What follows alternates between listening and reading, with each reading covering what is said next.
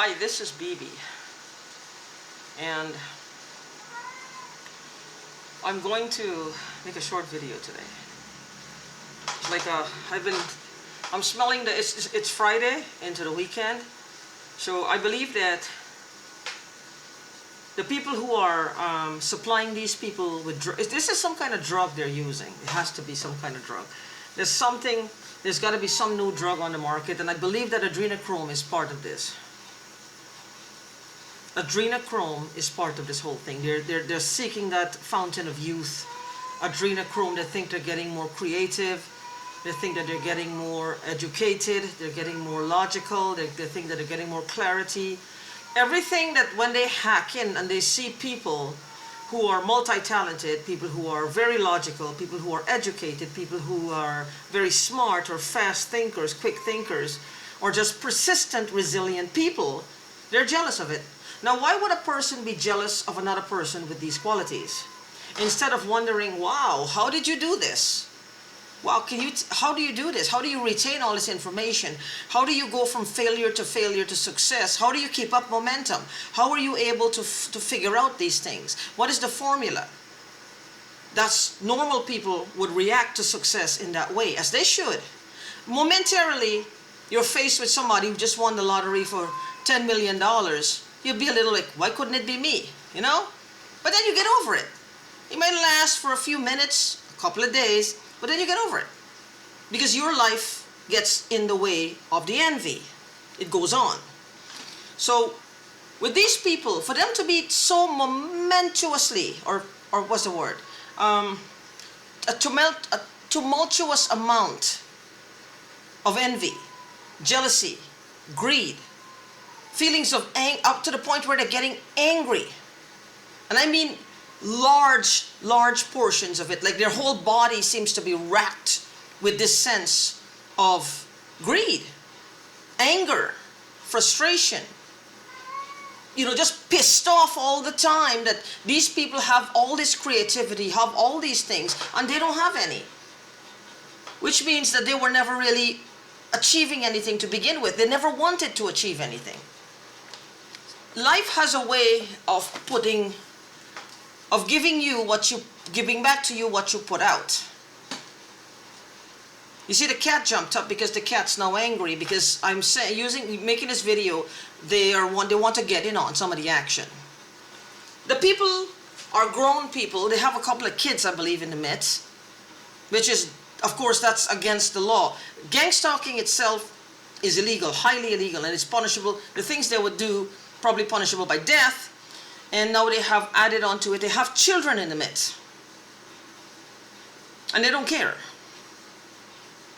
Right now my chest started to hurt, and there's a man in here, a blonde man. If there's ever a blonde man with a white, he has this, he has like almost silver hair. He thinks he's God's gift. I don't know if he thinks if it's racism. He feels because of the color of his skin and the color of his hair that everything in the world should be his. He should be in world power. Did he ever try for world power? Probably not. Did he ever put himself out there where he ran for presidency? No, he did not.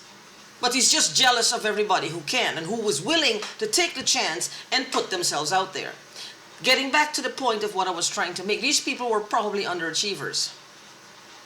They don't want to achieve much. Look at their lifestyle. They steal everything from you because somebody is paying the bills. Somebody is paying the rent. Any person in the government who has a government job, even if they're making $250,000 a year, they can't afford to pay all these gang stalkers and take care of their own needs. They won't be able to afford it. They're getting income from somewhere.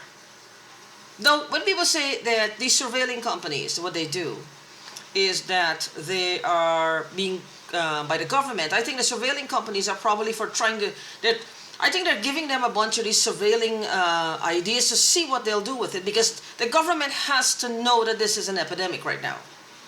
This is going to reach a crisis level.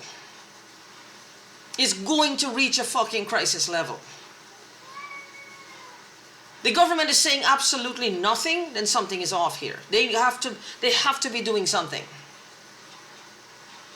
The government needs to do something. They need to step up and stand up for its citizens. There's two kinds here, the ones who are hurting the other half. There's only room for one in the New World Order. As L. Ron Hubbard said, evil, the people who are naturally evil amongst us, they have to be plucked out. He said it. I didn't read much of the book after that, but that stuck in my head. You have to pluck them out. I was disagreeing with it, but it makes sense. Now you have to pluck them out. The Bible speaks of weed and wheat. You have to pluck out those weed. The weed has to be plucked out, or it will devour or destroy the wheat. It will grow larger than the wheat. It will get stronger, and that's the problem. They have to be plucked out now. These people are hurting people, they're harming people, they're killing people, they're causing suicide, homicide. They're not contributing anything good to humanity, nothing, and I mean nothing good to humanity. They don't offer anything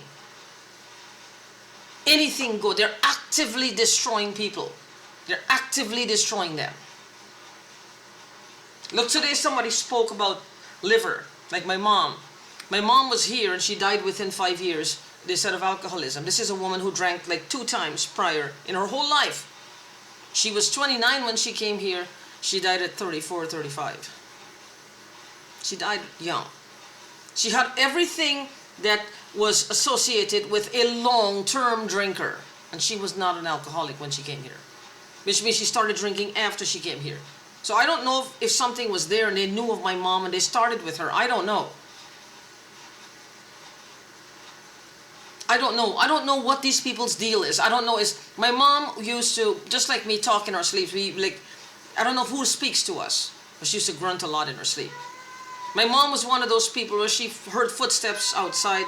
She looked out the window at 4 o'clock. She saw a black cat on the road, and then she went back to sleep. And then she woke up. We don't have a cat. We never had a cat because my dad did not want animals in the house.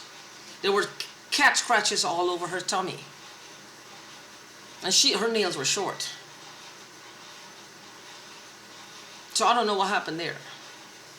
But I mean, there were lots of instances, not just that. So I don't know if it's some kind of, if what the drug that they're using is adrenochrome. Because if you're taking something out, Mama, excuse me, I was trying to quiet her down because she's in distress. Because the garlic is smelling very, very strong, very, very strong. And whatever is disguised in the garlic is driving her crazy. They want her dead, I guess, and they probably will. You know what? Let them do whatever the fuck they want. Because it's just like I'm so tired of it. I'm just so tired of these fuckers. These ugly, stupid, stupid, stupid fuckers. I don't care how many degrees they have, 40 years, 20 years, 100-year degrees, they're still stupid, stupid fuckers. They're stupid fuckers. They're just like the brain-numbingly dumb, stupid fuckers. They've got nothing else to do but to sit down and this is what they do. This is the equivalent of all these degrees put together. Like, imagine me.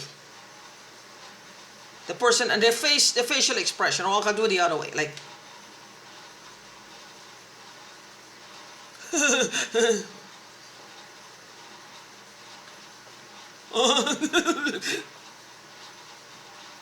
eyes not that bright.